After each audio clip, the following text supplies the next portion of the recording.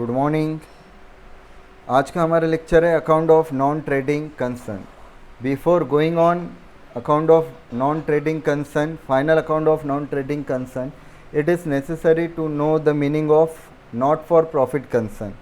There are two type of concern. Concern means organization. First, profit organization, that is trading organization, and second, not for profit organization, non trading organization.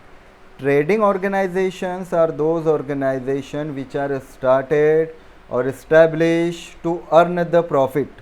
The main object and motive to start such type of trading organization is just to earn the profit. That's why these all type of organization, that is profit organization, which include sole trading business, partnership firm business, cooperative society business, joint stock company business, these all type of business organizations are started to earn the profit. That's why they are called profit organization. These all are profit organization. And what is meant by not for profit organization? What is not for profit organization? Not for profit organizations are those organizations which are started not to earn the profit but providing the services to its member and society.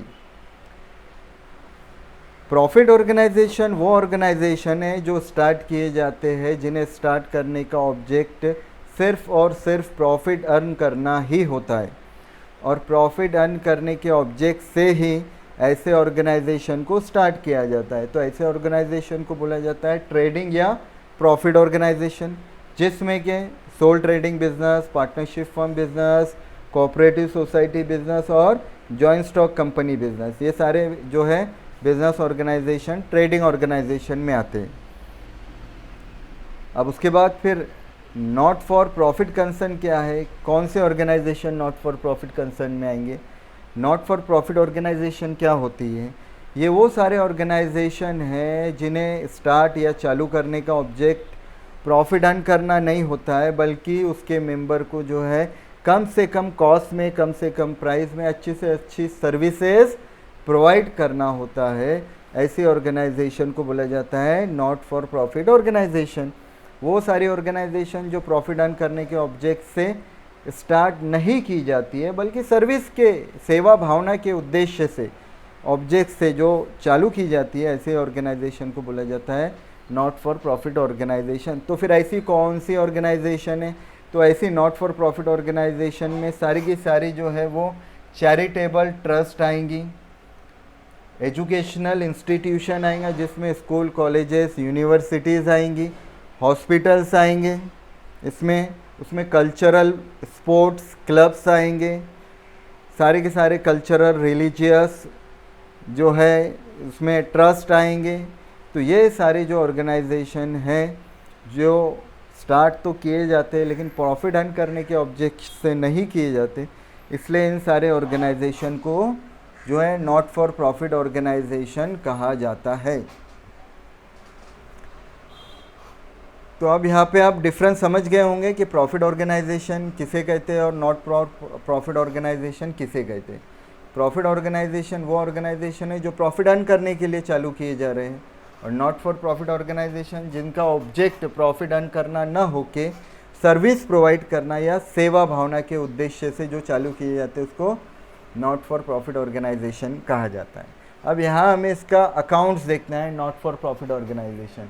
जिस तरह profit organisation में कुछ accounts बनाए जाते हैं result जानने के लिए, बिजनेस का प्रॉफिट लॉस और फाइनेंशियल पोजीशन जानने के लिए, तो अब क्योंकि ये बिजनेस ऑर्गेनाइजेशन तो नहीं है तो रिज़ल्ट तो यहाँ पे हमें मालूम नहीं पड़ेगा प्रॉफिट या लॉस है, लेकिन यहाँ इस ऑर्गेनाइजेशन में भी बहुत सारे खर्चे होते हैं और बहुत सारी इनकम भी होती है, क्योंकि ये सारे ट्रस्ट जो है बहुत सी ऐसी एक्टिविटी लेते हैं, प्रोग्राम ऑर्गेनाइज करते हैं जिसमें बहुत सा पैसा खर्च आता है।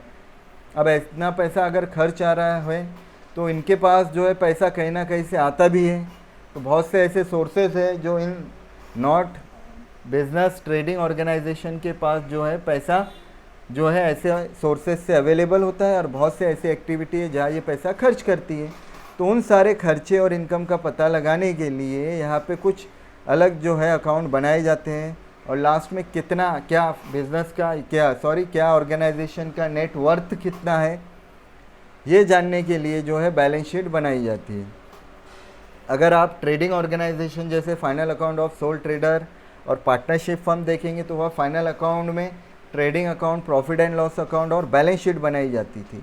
लेकिन यहाँ पे ट्रेडिंग अकाउंट नहीं बनाया जाएगा और पीएनएल भी नहीं बनाया जाएगा। तो यहाँ ट्रेडिंग पीएनएल की जगह पे यहाँ बनेगा इनकम एंड एक्सपेंडिचर, और यहाँ सेकंड बनेगा बैलेंस शीट। ट्रेडिंग ऑर्गेनाइजेशन में आप देखेंगे कि ट्रायल बैलेंस गिवन होती थी और ट्रायल बैलेंस के बेसिस पे बनाया जाता था ट्रेडिंग, पीएनएल और बैलेंस शीट। अब नॉन ट्रेडिंग ऑर्गेनाइजेशन जो है, यहाँ पे आपको जो रिसिप्ट और पेमेंट अकाउंट यहाँ पे गिवन होता है। रिसिप्ट पेमेंट अकाउंट एक तरह का कैश बुक है कि कितना पैसा हमारे ऑर्गेनाइजेशन में आया और कितना पैसा हमारे ऑर्गेनाइजेशन से गया, और लास्ट में कितना पैसा बचा, ये जानने के लिए बनाया जाता है यहाँ पे रिसिप्ट पेमेंट अकाउंट, जिसको आप कैश बुक कह सकते हैं। और ये रिसिप्ट पेमेंट अकाउंट के बेसिस पे हमें बनाना होता है यहाँ इनकम एक्सपेंडिचर और बैलेंस शीट। इनकम एक्सपेंडिचर और बैलेंस शीट यहाँ पे बनता है on the basis of receipt and payment account and adjustment. तो ये नॉट फॉर प्रॉफिट ऑर्गेनाइजेशन की मीनिंग हमने अभी देखे हैं, उसके फीचर्स वगैरह आपको पता है कि क्या होता है। ऑब्जेक्ट जो है उसका उनके मेंबर को जो है सर्विस प्रोवाइड करना होता है, ना कि प्रॉफिट अर्न करना होता है। और भी कई सारे उसके जो है ऑब्जेक्ट हैं, ठीक है। Concern are form for promoting of art, culture, education, sport, charity, health etc. Member of this concern can not got the dividend, it is prohibited. जैसे कि कोई प्रॉफिट ऑर्गेनाइजेशन नहीं है तो मेंबरों को किसी तरह का कोई डिविडेंड इस पर मिलता नहीं है। तो ये सारे जो है आप देखेंगे तो ये एक तरह के फीचर है नॉट फॉर प्रॉफिट ऑर्गेनाइजेशन के। और जहाँ तक मैं आपको बता रहा हूँ, आप डिफरेंस जो है जान चुके होंगे, प्रॉफिट ऑर्गेनाइजेशन क्या है, नॉट फॉर प्रॉफिट ऑर्गेनाइजेशन क्या होता है। तो यहाँ प्राइमरी ऑब्जेक्ट आप देखेंगे, प्रॉफिट ऑर्गेनाइजेशन का प्राइमरी ऑब्जेक्ट जो है वो प्रॉफिट अर्न करना है, और नॉट फॉर प्रॉफिट ऑर्गेनाइजेशन का सर्विस प्रोवाइड करना है। प्रॉफिट ऑर्गेनाइजेशन जो है ट्रायल बैलेंस बनाती है, और not for profit organisation trial balance के बेस पे यहाँ बनेगा रिसिप्ट एंड पेमेंट अकाउंट। अब अकाउंटिंग स्टेटमेंट में आप देखेंगे तो पहले profit organisation trading, PNL account और बैलेंस शीट बनाती है, और यहाँ पे आपको अब ट्रेडिंग की बजाय यहाँ देखने को मिलेंगे आपको receipt payment account, income expenditure और बैलेंस शीट। तो यही है, आप ये जो देख रहे हैं ट्रायल बैलेंस की जगह रिसिप्ट पेमेंट है, और प्रॉफिट और लॉस की जगह यहाँ इनकम एक्सपेंडिचर अकाउंट बन रहा है, और बैलेंस शीट यहाँ पे जो है लगभग सेम होती है दोनों। प्रॉफिट ऑर्गेनाइजेशन की तरह नॉट फॉर प्रॉफिट ऑर्गेनाइजेशन की भी बैलेंस शीट यहाँ पे सेम बनती है। अब नेट रिजल्ट यहाँ पे आप देखेंगे, प्रॉफिट ऑर्गेनाइजेशन का नेट रिजल्ट प्रॉफिट या लॉस होता है, नेट प्रॉफिट, नेट लॉस। यहाँ पे जो होगा नेट रिजल्ट वो होगा सरप्लस या डिफिसिट। यहाँ पे नेट प्रॉफिट को सरप्लस बोला जाएगा और नेट लॉस को डिफिसिट बोला जाएगा, क्योंकि यह बिजनेस ऑर्गेनाइजेशन नहीं है, इसलिए यहाँ नेट प्रॉफिट या नेट लॉस नहीं आएगा, बल्कि यह सरप्लस और डिफिसिट। अगर इनकम ज़्यादा आ रही है फर्म को तो वो सरप्लस कहलाएगा, बैलेंसिंग फिगर, और अगर खर्चे बहुत ज़्यादा हो गए किसी साल इनकम के कंपैरिजन में नॉट फॉर प्रॉफिट ऑर्गेनाइजेशन को, तो उस साल वो डिफिसिट आएगा, नेट लॉस को डिफिसिट कहेंगे।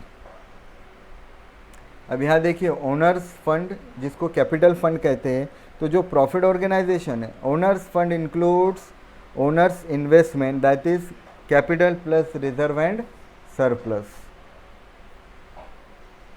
और यहाँ पे आप देखेंगे नॉट फॉर प्रॉफिट ऑर्गेनाइजेशन में तो capital fund represent accumulated amount of surplus, subscription, donation and surplus as shown by income and expenditure account. तो ये थोड़ा बहुत डिफरेंस है प्रॉफिट ऑर्गेनाइजेशन और नॉट फॉर प्रॉफिट ऑर्गेनाइजेशन में।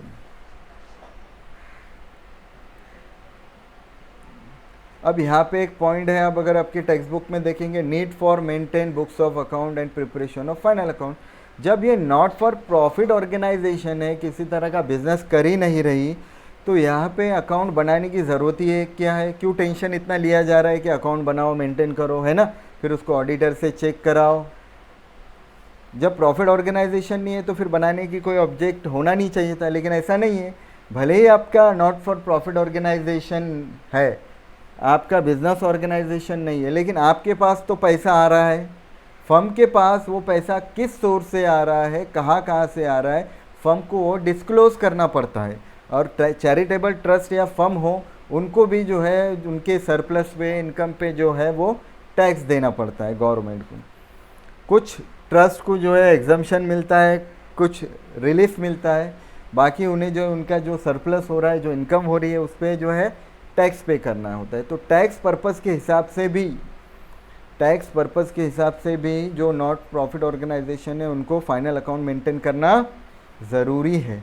और सबसे इम्पॉर्टेंट चीज़ ये कि इस साल या हर साल फर्म में कितना पैसा आ रहा है, कहाँ कहाँ से आ रहा है, और फर्म से कितना पैसा जा रहा है, कौन कौन सी एक्टिविटी में खर्च हो रहा है, और लास्ट में कितना पैसा बैलेंस कैश इन हैंड या कैश एट बैंक के रूप में फर्म के पास बच रहा है, ये जानने के लिए भी अकाउंट मेंटेन किया जाता है, जिसके लिए स्पेशल कैश बुक बनाई जाती है, जिसको यहाँ पे रिसिप्ट या पेमेंट अकाउंट कहा जाता है। और सेकंड, रिसिप्ट पेमेंट और इनकम एक्सपेंडिचर में क्या डिफरेंस है? रिसिप्ट पेमेंट ये कैश बुक है, पैसा आया, रिसिप्ट में पैसा गया पेमेंट। अब वो जो पैसा आ रहा है वो या तो कोई पिछले साल का इस साल दे सकता है, या करंट ईयर का करंट ईयर दे सकता है, या नेक्स्ट ईयर का भी आपको इस साल दे सकता है। फॉर एग्जांपल, जैसे मुझे डोनेशन अगर देना है, मैं संस्था का मेंबर हूँ, हर साल मैं डोनेशन देता हूँ।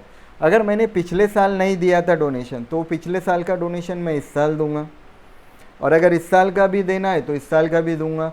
अब अगर नेक्स्ट ईयर मैं चाहता हूँ कि नेक्स्ट ईयर का भी मैं इसी साल दे दूँ, तो नेक्स्ट ईयर का डोनेशन भी मैं इसी साल दूंगा। यानी 3 साल का डोनेशन मैं करंट ईयर में दे रहा हूँ। तो करंट ईयर में न सिर्फ इस साल का पैसा मिल रहा है, बल्कि प्रीवियस ईयर का भी मिल रहा है संस्था को, और नेक्स्ट ईयर का भी मिल रहा है। तो वो इनकम, वो चाहे प्रीवियस ईयर की हो, करंट ईयर की हो, या नेक्स्ट ईयर की हो, जो भी पैसा संस्था को इस साल मिलेगा वो रिसिप्ट साइड में रिकॉर्ड होगा, और जो भी पैसा संस्था से जाएगा, पेड होगा पेमेंट का, वो पेमेंट साइड में रिकॉर्ड होगा, चाहे करंट ईयर का हो, प्रीवियस ईयर का हो, या नेक्स्ट ईयर का हो। और ये सब पैसा जो है पेमेंट करने के बाद, इनकम में से एक्सपेंडिचर माइनस करने के बाद जो बैलेंस बचा वो या तो सरप्लस रहेगा या डिफिसिट रहेगा। सरप्लस ये प्रॉफिट रहेगा एक तरह का, और डिफिसिट ये एक तरह का लॉस रहेगा।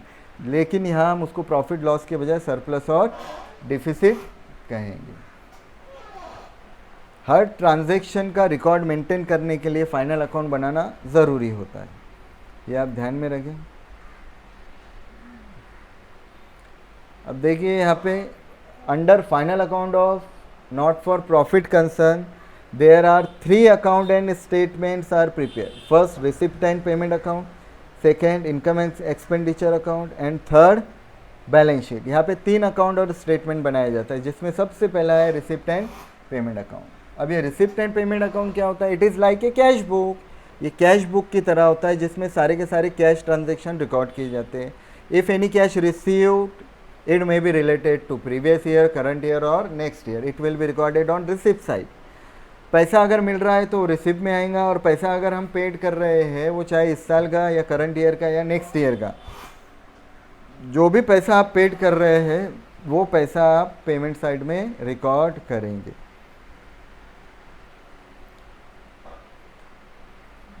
तो ये है रिसिप्ट एंड पेमेंट अकाउंट। इस तरह का फॉर्मेट है, आप देखेंगे receipt amount, payment amount. Receipt में सारे रिसिप्ट रिकॉर्ड होंगे, और पेमेंट में सारे पेमेंट्स रिकॉर्ड होंगे। अब यहाँ पे रिसिप्ट के भी टाइप हैं।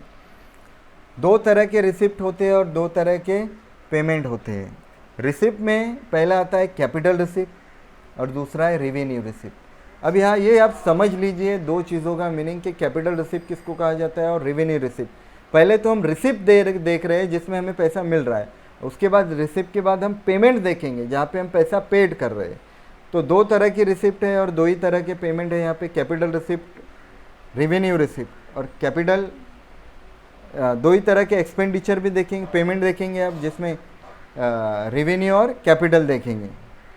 तो पहले हम देख लेते हैं कैपिटल रिसिप्ट क्या कहते हैं, किसे कहेंगे capital receipt. Capital receipt are those receipt which are in non recurring nature, which are non-recurring in nature and not forming a part of regular flow of income for the organisation are known as capital receipt. Capital receipt वो receipt होती है जो not profit organisation को regular income basis पे income नहीं होती है, जो रेगुलर बेसिस पे नहीं होती है, जो ना ही नॉन रिकरिंग इन नेचर में होती है। यानी एक बार एक साथ लमसम जो है आपको पैसा मिल गया तो एक ही बार मिलेगा, वो बार बार आपको रेगुलर वो इनकम होंगी नहीं। फॉर एग्जांपल देखिए, डोनेशन फॉर बिल्डिंग, अगर आपको किसी ने डोनेशन दिया है बिल्डिंग के लिए तो वो बंदा आपको एक ही बार बिल्डिंग के लिए डोनेशन देगा। अब हर बार उससे जो है बिल्डिंग के लिए डोनेशन नहीं मांग सकते,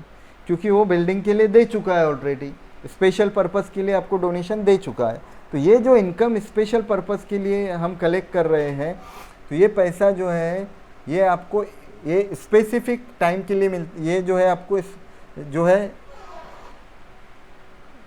नॉन रेगुलर बेसिस पे मिलता है, यानी बाय चांस एक आधे बार मिलता है, इसलिए इनको नॉन रिकरिंग इनकम कहा जाता है और ये कैपिटल रिसिप्ट में आते हैं। जैसे लाइफ मेंबरशिप फ़ी, कोई भी बंदा अगर किसी संस्था का मेंबर बना रहना चाहता है लाइफ टाइम, तो एक लमसम पैसा वो संस्था को दे देता, उसके बाद वो अब मेंबरशिप के लिए अलग से पैसा देगा नहीं।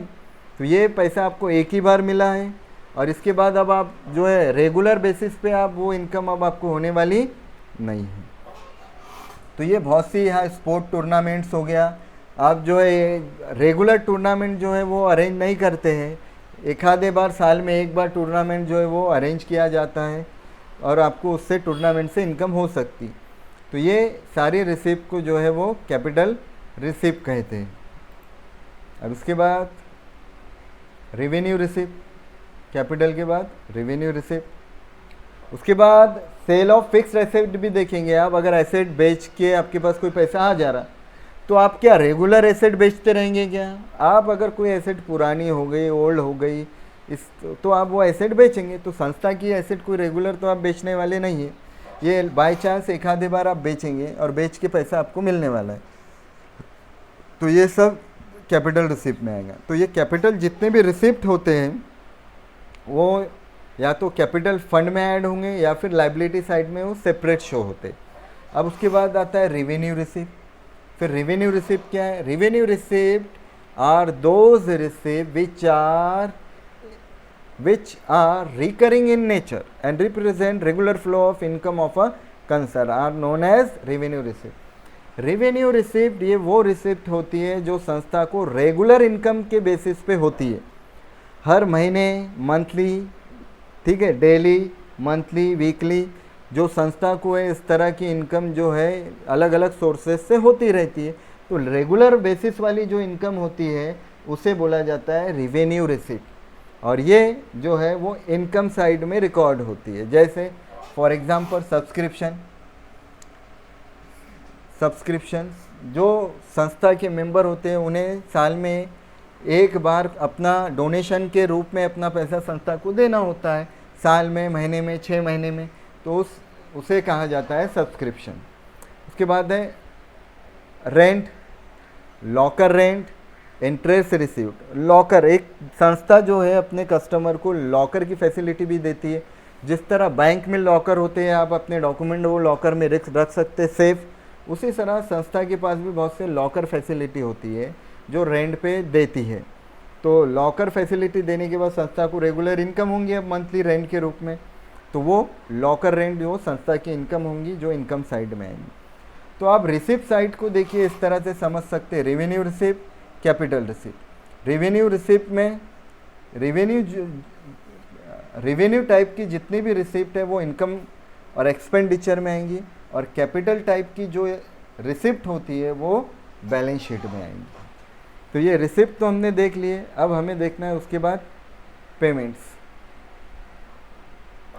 रिसिप्ट के बाद है पेमेंट्स। कौन कौन से पेमेंट होते हैं? तो पेमेंट में भी 2 ही टाइप है, कैपिटल एक्सपेंडिचर और आएगा रेवेन्यू एक्सपेंडिचर। पेमेंट जो भी पैसा हम पेड कर रहे हैं, जो पैसा हमारा खर्चा हो रहा है, एक्सपेंडिचर हो रहा है, उसे हम पेमेंट में रिकॉर्ड करते हैं। तो 2 तरह के खर्चे होते हैं, एक कैपिटल और एक रेवेन्यू। अब कैपिटल जो एक्सपेंडिचर है लॉन्ग पीरियड के एक्सपेंडिचर होते हैं और रेवेन्यू जो एक्सपेंडिचर होते हैं ये शॉर्ट पीरियड के होते हैं। Capital expenditure include purchase of land, building, machine, furniture. It means capital expenditure are those expenditure which are related to purchase of fixed asset. वो खर्चे जो फिक्स एसेट परचेज करने में किए जाते हैं, जिसमें हमारा पैसा जो है लॉन्ग पीरियड के लिए इन्वेस्ट होता है और हमें वो उसका बेनिफिट लॉन्ग पीरियड के लिए मिलता है, तो इन एक्सपेंडिचर को बोला जाता है कैपिटल एक्सपेंडिचर.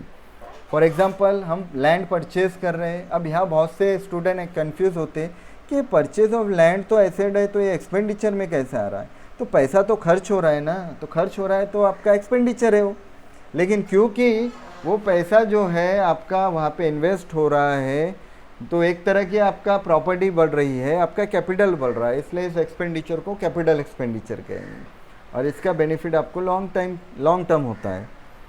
तो रेवेन्यू एक्सपेंडिचर वो एक्सपेंडिचर है जिसका बेनिफिट जो है आप शॉर्ट पीरियड के लिए एंजॉय करते हैं, शॉर्ट पीरियड के लिए आप वो सर्विसेज लेते हैं और उसके बदले में आप जो है वो पेमेंट करते हैं. फॉर एग्जांपल हो गया salaries, taxes, insurance, premium. Salary आप पेड कर रहे हैं, किसी की सर्विस ले रहे हैं शॉर्ट पीरियड के लिए, मंथली बेसिस पे आप सैलरी पे करते हैं, तो शॉर्ट पीरियड के लिए आप सर्विसेज ले रहे हैं, उसके बदले आप उनको पेमेंट करते हैं. तो ये सैलरी, टैक्सेस जो है ये सब रेवेन्यू एक्सपेंडिचर है, तो ये एक्सपेंडिचर साइड में आएंगे.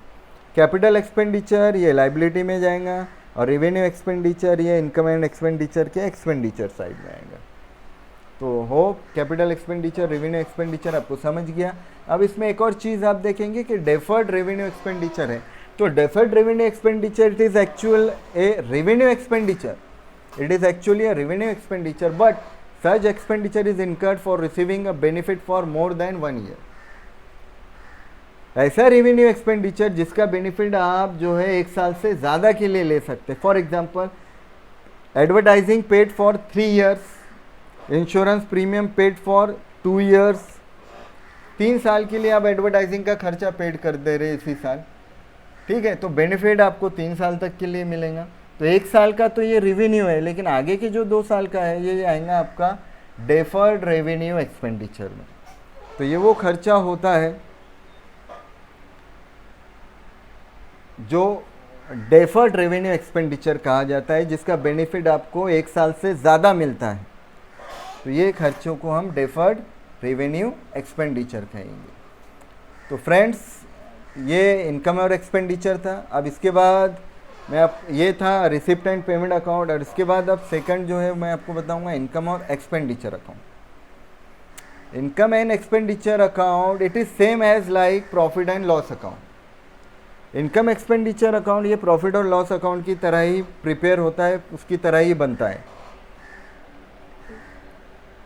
इन profit and loss account all type of indirect expenses, losses, income, gains are recorded. And in income and expenditure account, all type of income and expenditure only in income and expenditure account only all type of revenue income and revenue expenditure will be recorded. यहाँ पे आपको revenue income और revenue expenditure ही record करना होता है which is only related to current year. और वो revenue expenditure और revenue income वो income होंगी जो सिर्फ current year की होंगी. अगर उसमें कोई प्रीवियस ईयर का या नेक्स्ट ईयर का खर्चा या इनकम ऐड है तो हम उसको उसमें से डिडक्ट कर देंगे रेवेन्यू एक्सपेंडिचर. अरे and it is prepare to find out the surplus और deficit at the end of accounting year. Accounting year के एंड में हमें जो सरप्लस है आ रहा है या डिफिसिट आया है ये पता लगाने के लिए इनकम एक्सपेंडिचर अकाउंट जो है वो बनाया जाता है. तो सेम P&L अकाउंट की तरह है. इसकी हेडिंग इनकम एक्सपेंडिचर है, बट यहाँ पे आप देखेंगे कि डेबिट साइड में आपको ये एक्सपेंडिचर दिखेगा और क्रेडिट साइड में इनकम देखेंगे. बहुत से स्टूडेंट ऐसे हैं जो पूरे साल भर इसको उल्टा ही लिखते हैं. हेडिंग इनकम एक्सपेंडिचर है ना, तो इनकम अमाउंट एक्सपेंडिचर अमाउंट लिख देते हैं, जबकि वो गलत है. इनकम एक्सपेंडिचर हेडिंग ज़रूर है, लेकिन डेबिट साइड में सारे एक्सपेंडिचर आएंगे और क्रेडिट साइड में ये सारी इनकम आएंगी. और ये जो खर्चे और इनकम है ये रेवेन्यू है, और वो भी करंट ईयर के. रेवेन्यू का मतलब रिकरिंग इन नेचर के होंगे, वो शॉर्ट पीरियड के होंगे और रिकरिंग इन नेचर के होंगे. तो दूसरा इसमें इनकम एक्सपेंडिचर के इनकम और एक्सपेंडिचर बनाया जाता है जिसमें लास्ट में सरप्लस या डिफिसिट निकलेगा. और लास्ट यहाँ बनती है balance sheet. Balance sheet will be prepared same as the balance sheet of trading organisation. Trading organisation की बैलेंस शीट की तरह ही सेम यहाँ पे नॉन ट्रेडिंग ऑर्गेनाइजेशन की बैलेंस शीट बनती है। On left hand side all liabilities are recorded, on right hand side all assets are recorded. यहाँ पे लेफ्ट हैंड साइड में सारी लाइबिलिटी आएंगी और राइट हैंड साइड में सारी की सारी एसेट रिकॉर्ड की जाएंगी। इस तरह account of non trading concern में पहले जो है receipt and payment account prepare किया जाता है, उसके बाद इनकम एक्सपेंडिचर और तीसरा बैलेंस शीट। बट यहाँ हमें in our syllabus receipt and payment account will be given, and on the basis of receipt and payment account and adjustment we have to prepare just two account and statement, that is income and expenditure account and balance sheet। यहाँ पे आपको receipt payment account दिया रहेगा और उसके basis पे receipt payment account के साथ कुछ एडजस्टमेंट गिवन होंगी और वो एडजस्टमेंट के बेसिस पे हमें जो है इनकम एक्सपेंडिचर और बैलेंस शीट बनाना है। तो फ्रेंड्स ये थी कुछ information final account of non trading concern से related. Hope you will understand what is mean by account of non trading concern, its meaning, types of expenditure, types of incomes, types of receipt and types of payments. Now in next lecture we will see the format of income expenditure account and balance sheet and adjustment. तो friends अगर आपको ये video अच्छा लगा हो तो इसे like कीजिए, शेयर कीजिए और अगर आप हमारे चैनल पर न्यू हैं तो इसे सब्सक्राइब कीजिए। और अगर आपको इस तरह के और वीडियो चाहिए तो कमेंट बॉक्स में ज़रूर कमेंट कीजिए। Thank you.